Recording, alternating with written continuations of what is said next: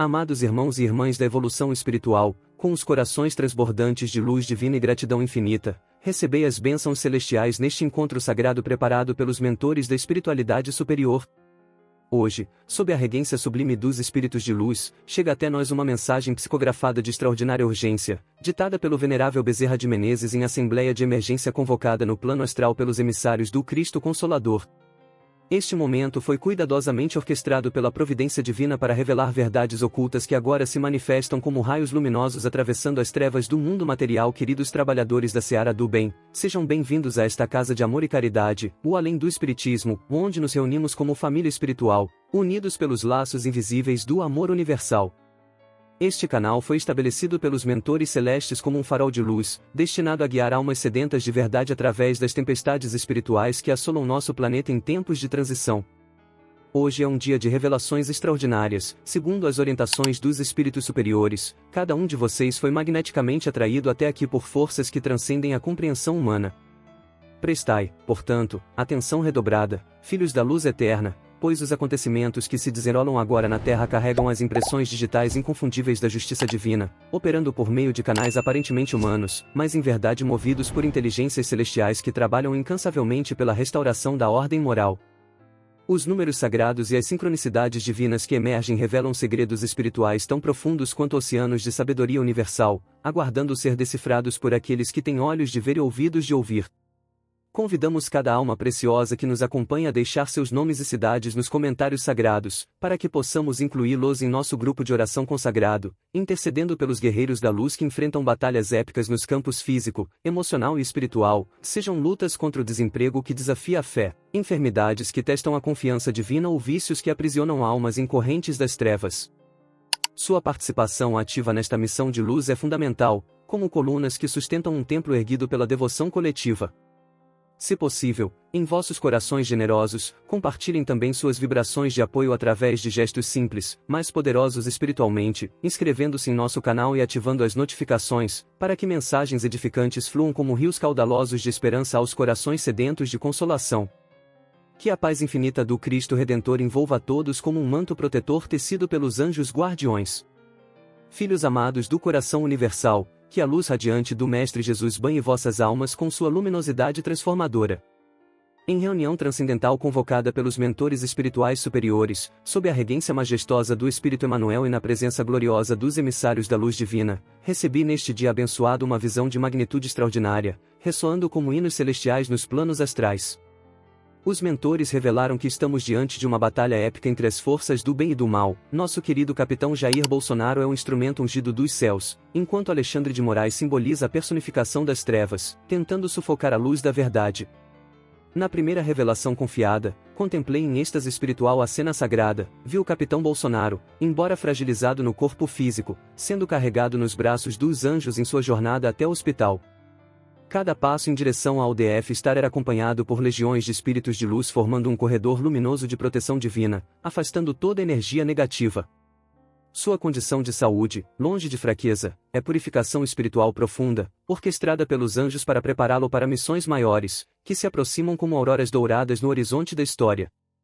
A gastrite simboliza o fogo divino queimando impurezas da luta contra as trevas, a esofagite, o silenciamento imposto pelos perseguidores terrenos, que se transformará em voz profética ainda mais poderosa, as infecções pulmonares, a necessidade de expelir o ar contaminado pelas calúnias, para respirar o oxigênio puro da verdade divina. Cada exame realizado corresponde a bênçãos angelicais derramadas sobre corpo e alma, cada diagnóstico ecoa as palavras de cura dos cirurgiões espirituais que trabalham incansavelmente por sua restauração completa. Ao mesmo tempo, vi o cenário oposto envolvendo Alexandre de Moraes, uma multidão de obsessores das trevas o cercava, sussurrando ódio, vingança e prepotência. As sanções impostas pelos Estados Unidos pela Lei Magnitsky não são meros atos diplomáticos, mas materialização da ira divina operando por instrumentos terrenos. Cada restrição simboliza correntes kármicas forjadas pela própria conduta deste homem que esqueceu o Tribunal Supremo dos Céus. A esposa de Moraes, igualmente incluída nas sanções americanas, demonstra como a lei de causa e efeito se estende aos que compartilham dos frutos amargos da injustiça.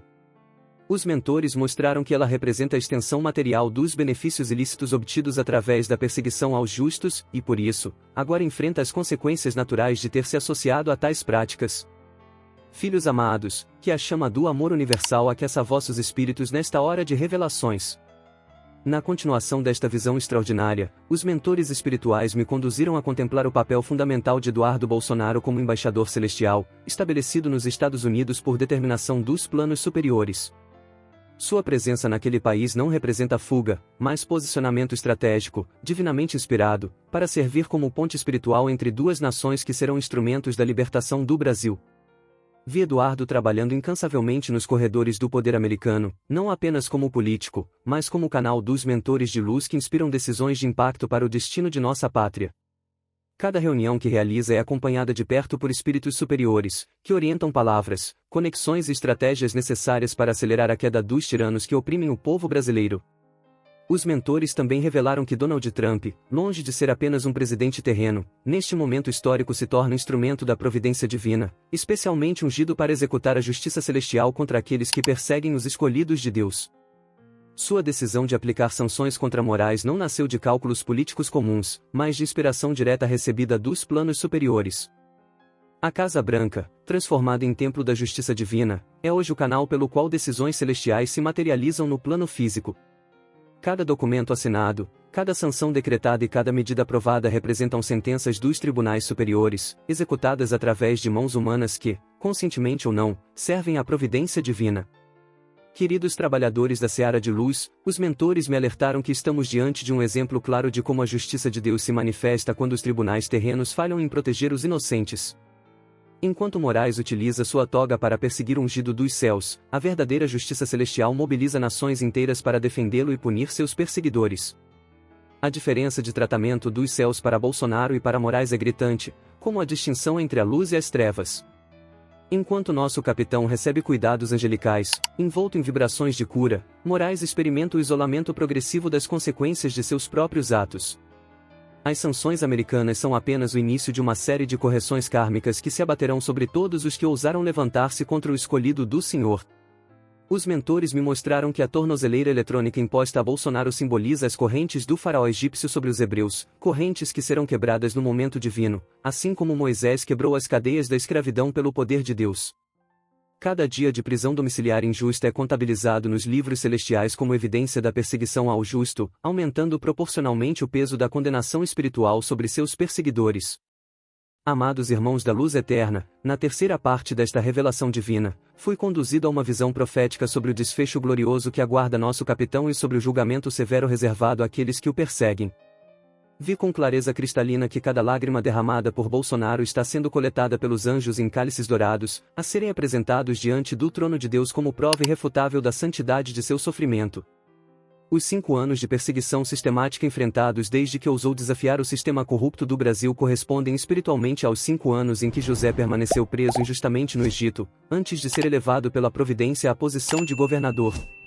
Cada humilhação suportada com dignidade, cada calúnia recebida com serenidade e cada injustiça aceita com resignação cristã aumenta a glória que o aguarda no tempo certo da exaltação. Os mentores também revelaram que Trump, movido por inspiração celestial, prepara medidas ainda mais severas contra Moraes e contra todo o sistema de perseguição política no Brasil. As sanções já impostas são apenas as primeiras gotas de uma tempestade de justiça divina que cairá sobre os cúmplices dessa farsa judicial que transforma inocentes em criminosos e criminosos em heróis.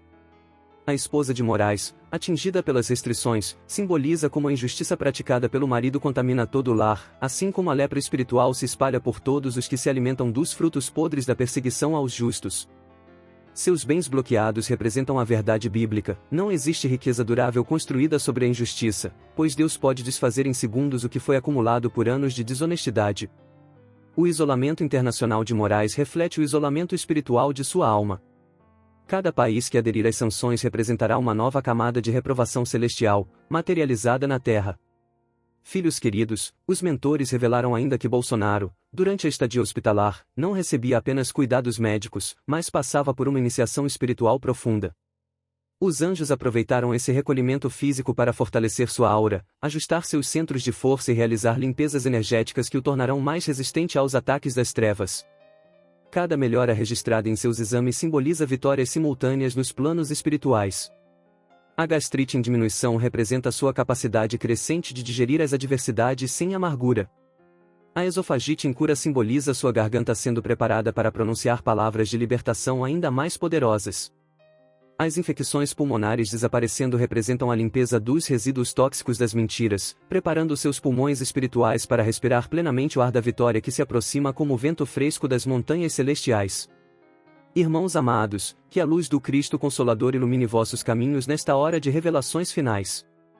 No silêncio do alto, pairava ainda a reverberação da mensagem que acabará de ser derramada.